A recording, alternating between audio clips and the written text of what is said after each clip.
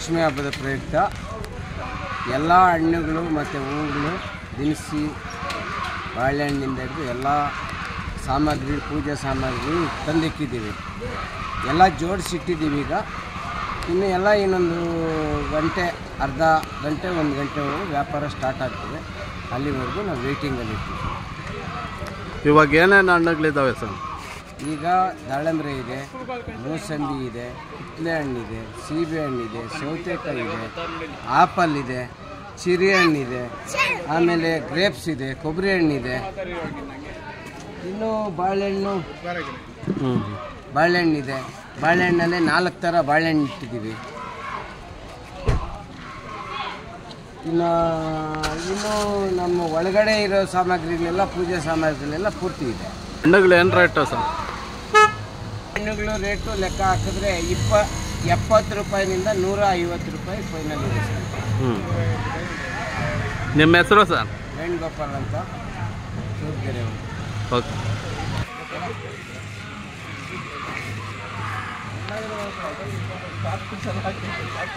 ಎಲ್ಲ ಮಿಕ್ಸಿಂಗ್ ಹಾಕೋದು. ಇನ್ನೊಂದು ಪಾಪ ಕೂಡ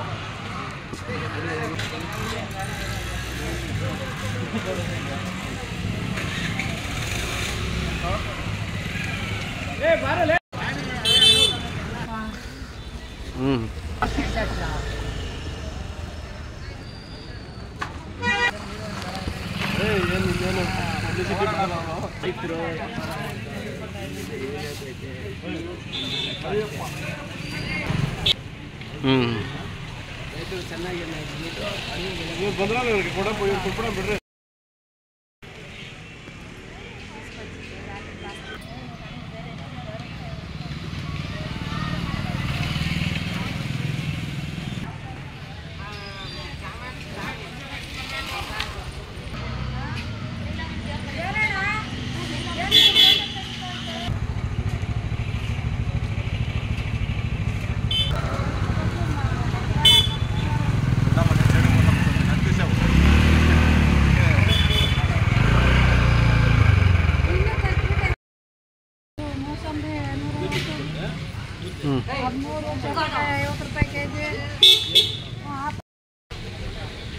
ಹೇಳಿ ಸರ್.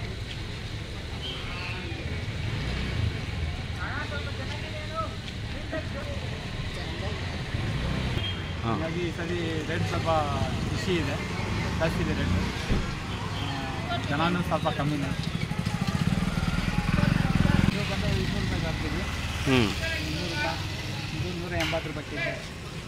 ಮೂಸಂಬಿ ಬಂದು ಕೇಳೋರಿಲ್ಲ, ರೇಟೇ ಇಲ್ಲ. ಮೂಸಂಬಿ ರೇಟು ಎಷ್ಟಿದೆ? ಮೂಸಂಬಿ ರೇಟು 50-60 ಸರ್.